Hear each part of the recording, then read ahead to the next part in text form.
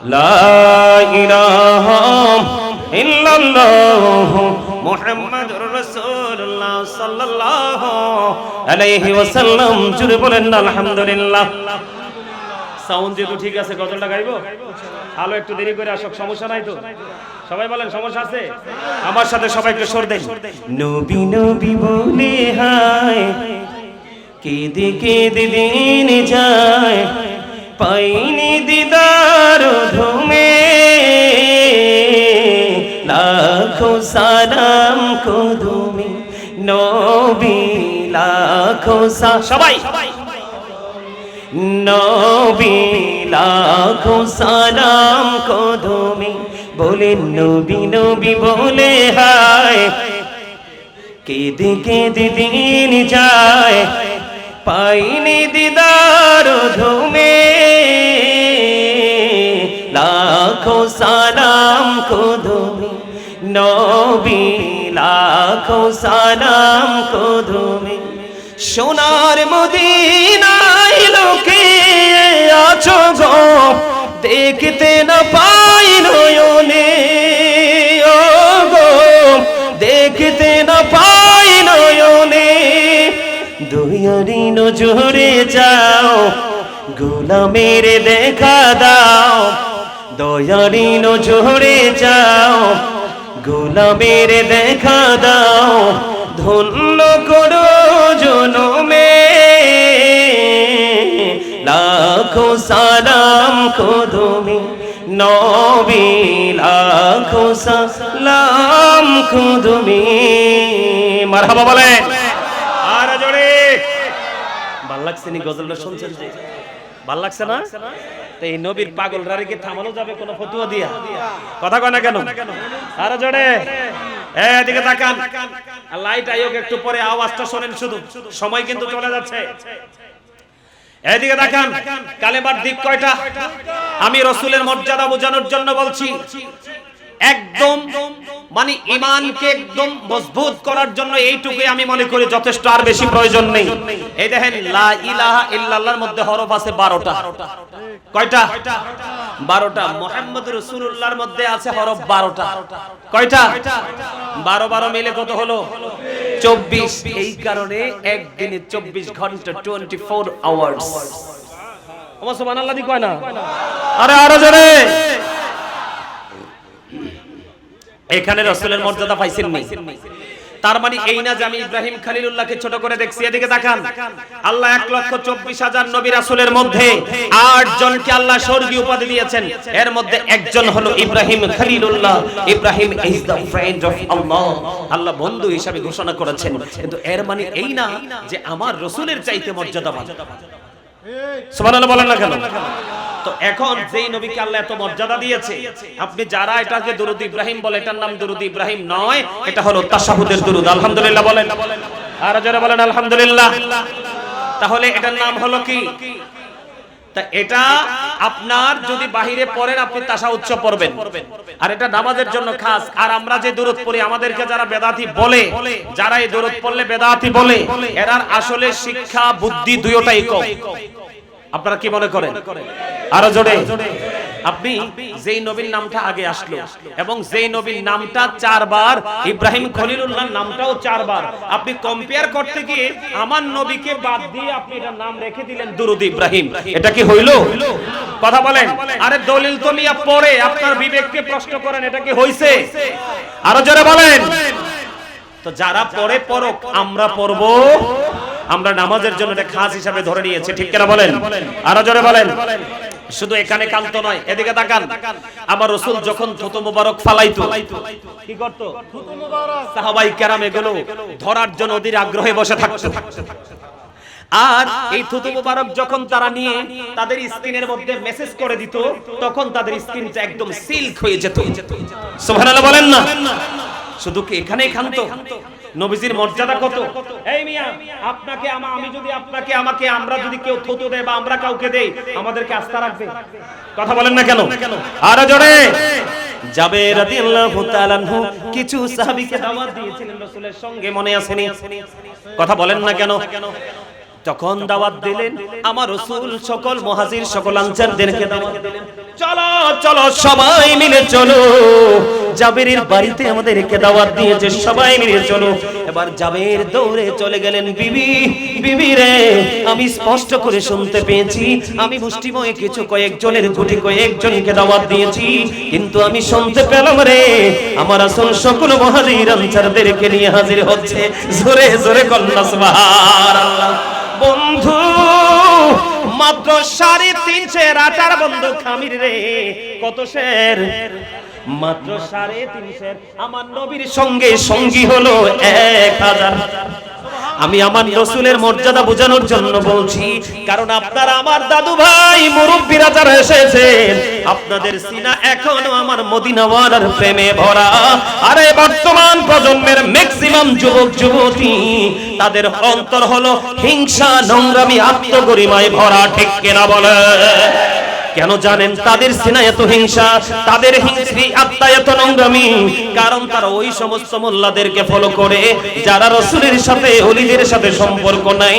এই দুনিয়াতে অসুস্থ মানুষ সোজা করতে হলে যেমন ডাক্তার লাগে, বাড়ি বানানোর জন্য যেমন ইঞ্জিনিয়ার লাগে, ঠিক ঈমান এবং আমলকে মজবুত করতে হলে সত্যিকারের আলেম এবং আল্লাহর ওলি প্রয়োজন, ঠিক কিনা বলেন?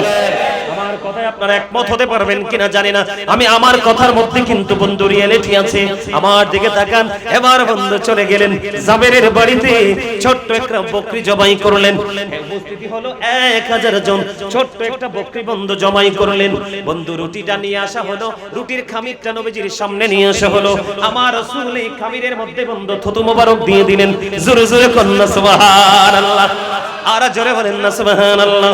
বন্ধু চুলার উপরে বসানো ছোট্ট বকরির গোশতের পাতিল রে আমার রাসূল জানিয়ে দিলেন, জাবের রে তুমি জানিয়ে দাও তোমার বিবি যেন ঢাকনাগুলো না সরায়। এবার আমার রাসূল কি করলেন, ওই গোশতের পাতিলের মধ্যে পবিত্র থুতু মোবারক দিয়ে দিলেন, রুটির খামিরের মধ্যে থুতু মোবারক দিয়ে দিলেন।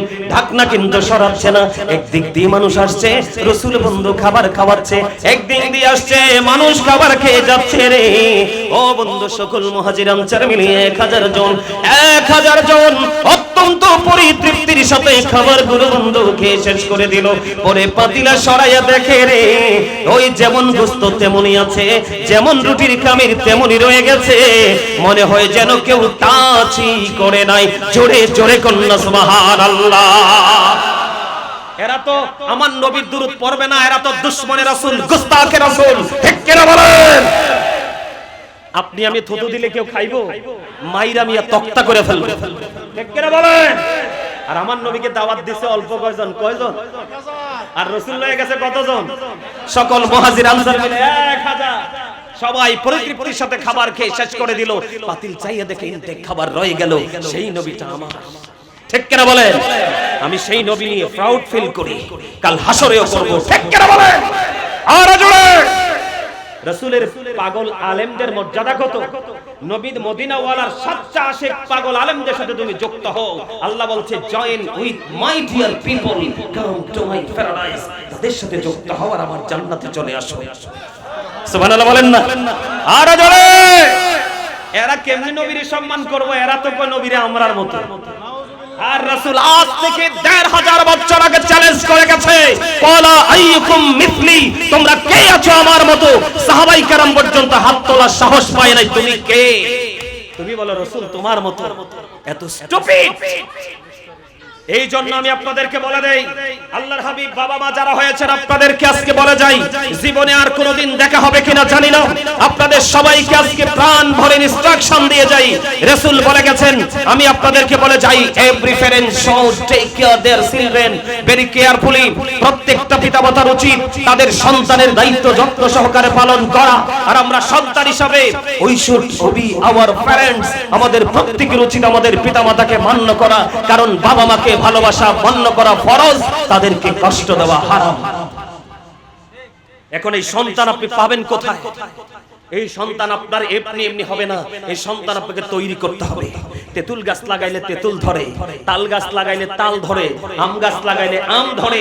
ঠিক যোগ্য দক্ষ বাবা মার ওরস এবং ওদর থেকেও যোগ্য দক্ষ টেকসই সন্তান পৃথিবীতে কদম দেয়। কথা বলে না কেন? আরো জোরে। এই বাবা মা যারা হয়েছেন আপনাদেরকে বলা যায়, আল্লাহ রাসূল বলেছেন আদিবু আওলাদাকুম আলা যালাতি খিসারিন হুব্বি নবিকুম ওয়া হুব্বি আহলে বাইতিহি ওয়া আলা কিরাতিল কুরআন। রাসূল বলেছেন বাবা মা যারা কান খুলে শুনে রাখো, আমার রাসূল বলেছেন তোমরা তোমাদের সন্তানদেরকে তিনটি বিষয়ে শিক্ষা দাও। ফার্স্ট টাইম হুব্বি নবিকুম, it is the love of the prophet. নবীর প্রেম শিখাও, এই প্রেম শিখবো এবং শিখাবো, দুইটা ফরজ এবং ঈমান। এরপরে বলেছেন হুব্বি আহলে বাইতিহি, টিচ ফ্যামিলি লাভ, নবীর পরিবার আহলে বাইতের ভালোবাসা শেখাও, এটাও ঈমান এবং ফরজ। এরপরে বলা হয়েছে ওয়া আলা কিরাতিল কুরআন, কোরআন তেলাওয়াত শেখাও। এখন বাবা মা কোথায়?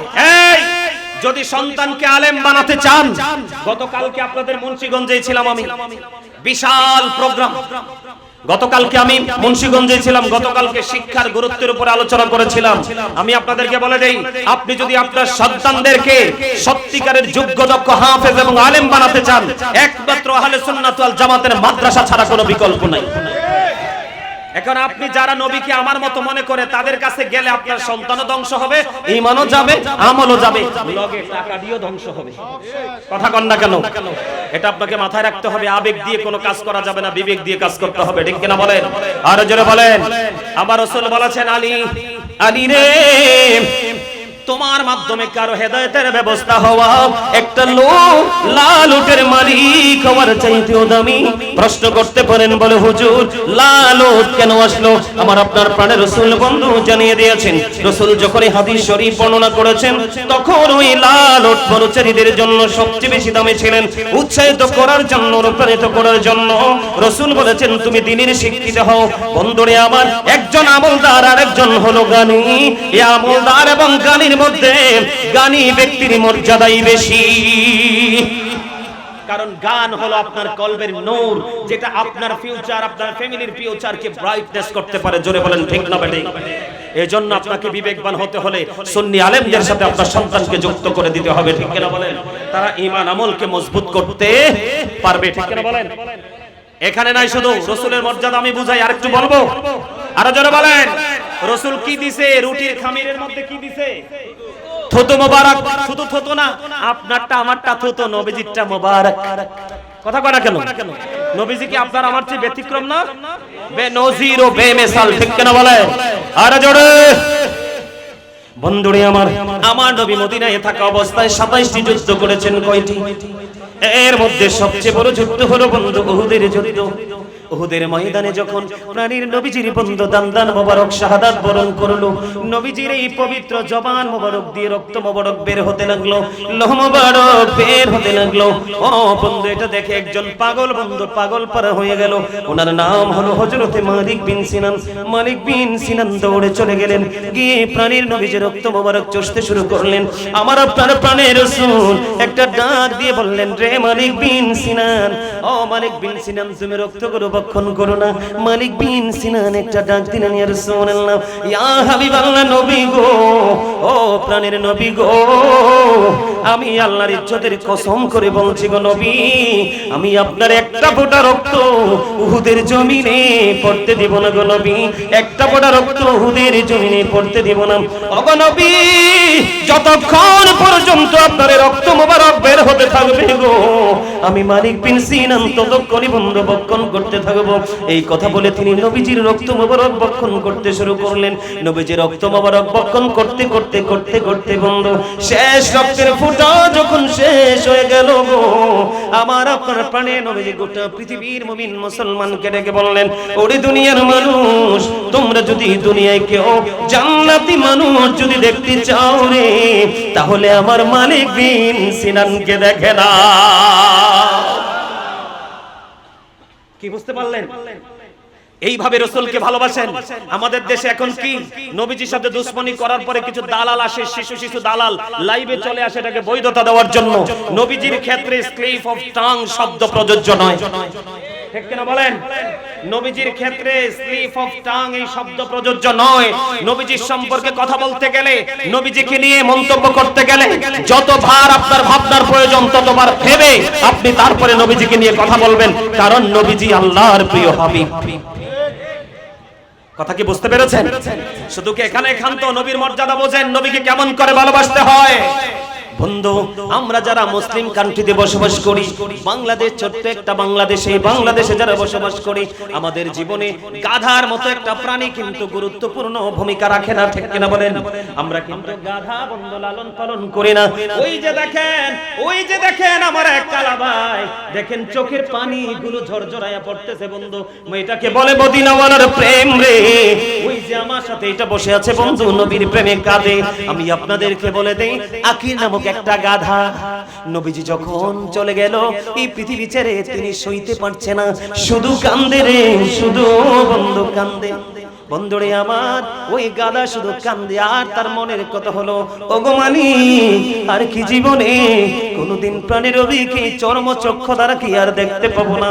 বন্ধুরা, ও বন্ধু টেঙ্গার চরের ভাই আমার বাবা রে, আমি আমার মা বোনদেরকে বলে দিতে চাই রে, ও বন্ধু আকির নামক গাধা শুধু কান্দে আর কি জীবনে কোনদিন প্রাণের নবীকে কি চর্মচক্ষু দ্বারা দেখতে পাবো না। বন্ধু 3 দিন 3 রাত্র পার হয়ে গেল রে, 4 দিন 4 রাত্র পার হয়ে গেল। ওই আকির নামক গাধা বন্ধু, আল্লাহি আল্লাহর কসম করে বলছি রে, কতবার যে আমি এটা পড়েছি, যতই পড়ি রে আর নিজের বিবেকের কাছে প্রশ্ন করি, মাবুদ আমরা কি করতে পেরেছি গো প্রাণের নবীর জন্য? আমরা নবীর উম্মত দাবি করি গো, আমরা আমার নবীকে ভালোবাসতে পারি নাই। আমরা যেই ভালোটা বাসি বন্ধু, এটাকে ভালোবাসা বলে না। ও বন্ধু, নবী যখন চলে গেল, আকির নামক গাধা সইতে পারে না। 3 দিন 3 রাত্র, মতান্তরে 4 দিন 4 রাত্র পার হয়ে গেল, কোনো খাবার খায় না, কোনো পানি বন্ধু স্পর্শ করে না। 3 দিন 3 রাত্র, 4 দিন 4 রাত্র পার হয়ে গেল, এরপরেও নবীর বিরহ সইতে পারে না রে। এরপরে বন্ধু গভীর সমুদ্রে ঝাঁপ দিয়ে ওই আকির নামক গাধা নিজের জীবনটাকে নিজেই কুরবানি করে দেয় শুধু মদিনাওয়ালার প্রেমে। জোরে জোরে করুন একবার সুবহানাল্লাহ। এই প্রেম কি আমরা করতে পারবো? আরো জোরে, এই ঘুরাইতে পারবো?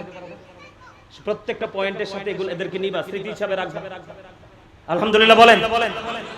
আমি মা বোনেরা আছে না আপনাদের এলাকায়, মা বোনেরা আমার ওয়াজ শুনে না? আমি আমার মা বোনদেরকে রাসূলের প্রেম, রাসূলের মর্যাদাগত, রাসূলকে কেমন করে ভালোবাসতে হয় আমি একটা তথ্য দিতে চাই, নেবেন আপনারা? যেই মা বোনেরা শুনবে তারা তো শুনবেই, আর যারা শুনতে পারবেন আপনারা বাড়ি গিয়ে তাদেরকে সেই মেসেজটা দিবেন। রাজি আছেন বন্ধু? আমি ওই উহুদের ময়দানের কথাই বন্ধু বলে দিতে চাই।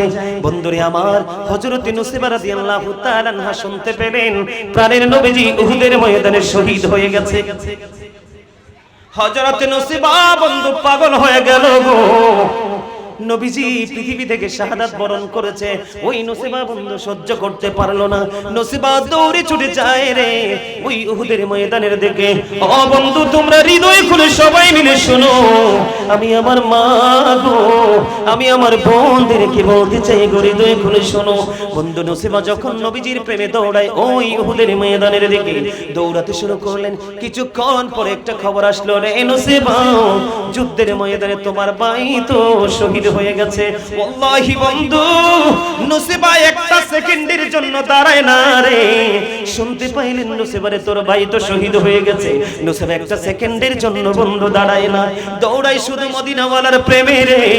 ও বন্ধু, যাইতে যাইতে আরো কিছুক্ষণ পরে যাওয়ার পরে আরেকটা খবর আসলো, নুসৈবা রে যুদ্ধের ময়দানে তোমার বাবাও তো শহীদ হয়ে গেছে। ওয়াল্লাহি বন্ধু, নুসৈবা একটা সেকেন্ডের জন্য দাঁড়ায় না রে, দৌড়াই শুধু প্রাণের নবীর প্রেমের কারণে। বন্ধু দৌড়াইতে দৌড়াইতে আরো কিছু দূর চলে গেল, আর একটা খবর আসলো, নুসৈবা শোনো শোনো গো, যুদ্ধের ময়দানে তোমার স্বামীও তো শাহাদাত বরণ করেছে। তারপরেও বন্ধু নুসৈবা একটা সেকেন্ডের জন্য দাঁড়ায় না। ওরে টেঙ্গার চরের মানুষ, কেমন করে বসে আছো ঘরের দরজায় রে? তুমি নবীর প্রেমিক দাবি করো, নবীর উম্মত দাবি করো, কোনো টাকা লাগবে না, পয়সা লাগবে না, শুধু এখানে বসে বসে নবীর প্রেমের গল্প শুনবা, এই সময়টুকু দিতে পারো না? নবীর সময়ও তুমি কাল হাসরে তোমার নসিবে জুটবে না, ঠিক কিনা বলেন? বন্ধু শুধু তাই নয়, এবার দেখতে দেখতে চলে গেলেন প্রাণের নবীর কাছে। এবার প্রাণের নবী যে একটা ডাক দিয়ে বলল, নুসেবা, নুসেবা রে, আজকে তো তোমার অনেক বড় ক্ষতি হয়ে গেল রে নুসেবা। নুসেবা একটা ডাক দিয়ে বললেন, ইয়া রাসূলুল্লাহ, ইয়া হাবিবাল্লাহ, নবী গো, আমার ভাই, আমার বাবা, আমার স্বামী শহীদ হয়ে গেছে, আমার বিন্দু পরিমাণ কোনো দুঃখ নাই গো নবী, আপনাকে পেয়েছি তো সব পেয়ে গেছি। জোরে বলেন না সুবহানাল্লাহ। কি বুঝতে পারছেন? একটা নারীর জীবনে ভাই, বাবা,